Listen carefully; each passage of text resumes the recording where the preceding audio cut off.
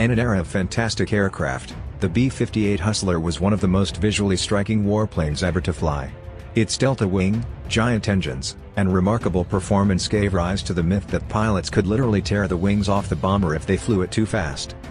That wasn't true, but the B-58 was nevertheless a difficult plane to fly.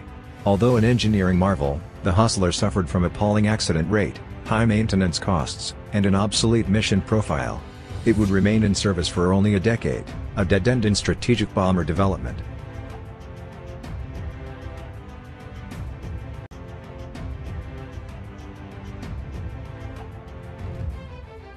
The B-58's most lasting contribution came in popular culture, where its futuristic, dangerous appearance made it attractive to artists and directors.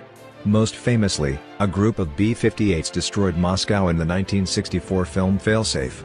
Mistakenly ordered to attack Moscow, the bombers evaded Soviet air defenses and dropped their nuclear payloads, forcing the President of the United States to order the destruction of New York. The B-58 was one among several tributes to the Air Force's post-war commitment to the strategic bomber. The Air Force gained its independence on the back of the B-17, the B-24, and the B-29, the bombers that had undertaken the great aerial offensives of World War II. The senior leadership that came out of that war remained committed to the idea of the war-winning strategic bombing offensive for a very long time.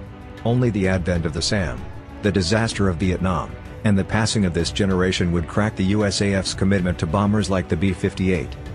But ICBMs could fly even higher and faster than bombers, making Soviet air defenses redundant.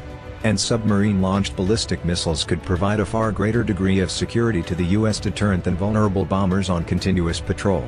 Only planes like the B-52, with enough flexibility to handle a variety of different kinds of mission, would survive.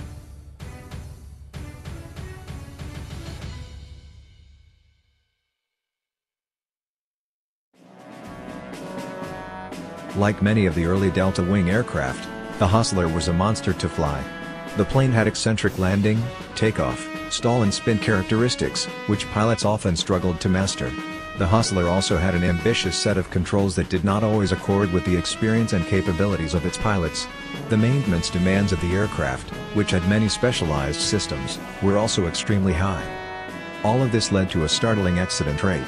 26 of the 116 Hustlers were lost to accidents, resulting in a total loss rate of 22.4% over a service life of 10 years.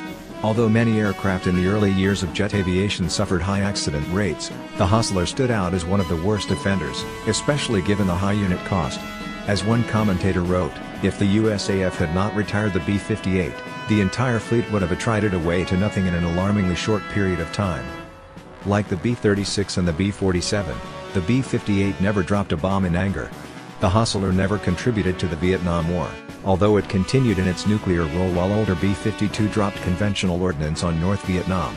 The B-58 could theoretically have taken on a conventional bombing role, although its great speed and poor handling at low altitudes made it difficult to drop bombs with much accuracy. The Hustler was a direct successor to the B-47 Stratojet in the medium bomber role. Medium bombers were expected to attack the Soviet Union from overseas bases. By the time the Hustler entered service, however, the distinction between the medium and the heavy bomber had narrowed, however. The advent of aerial refueling, combined with Air Force concerns about the security of forward air bases meant that the B-58 would operate strictly from U.S. bases.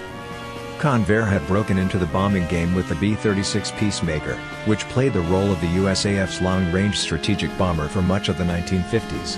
Huge and slow, the B-36 could cross oceans while carrying a hydrogen bomb, making it central to the U.S. nuclear deterrent.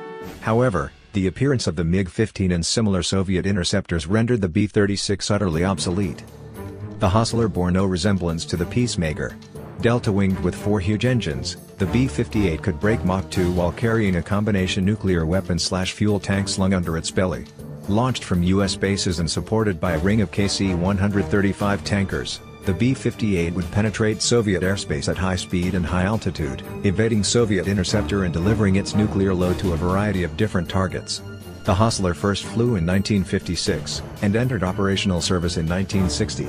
In all, the Air Force acquired 116 B-58s at a unit cost similar to the B-52 Stratofortress. Although the Air Force emphasized the need for a high-performance penetration bomber, it never particularly loved the B-58. General Curtis LeMay effectively turned around the deficiencies of the B-58 in order to argue for the B-70 Valkyrie, an even faster, higher-flying bomber that would replace the B-52.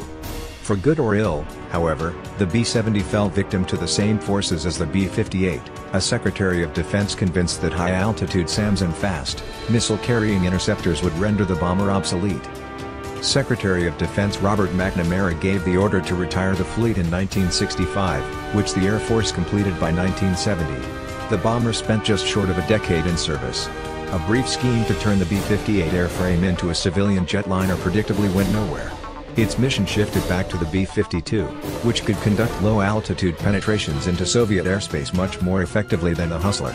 The conventional bombing role of the traditional medium bomber would shift to the fighter bomber, first the FB-111 Aardvark, and then multi-mission fighters such as the F-15, F-16, and the F-35. The advent of precision-guided munitions meant that weapons load no longer dictated the effectiveness of a bomber.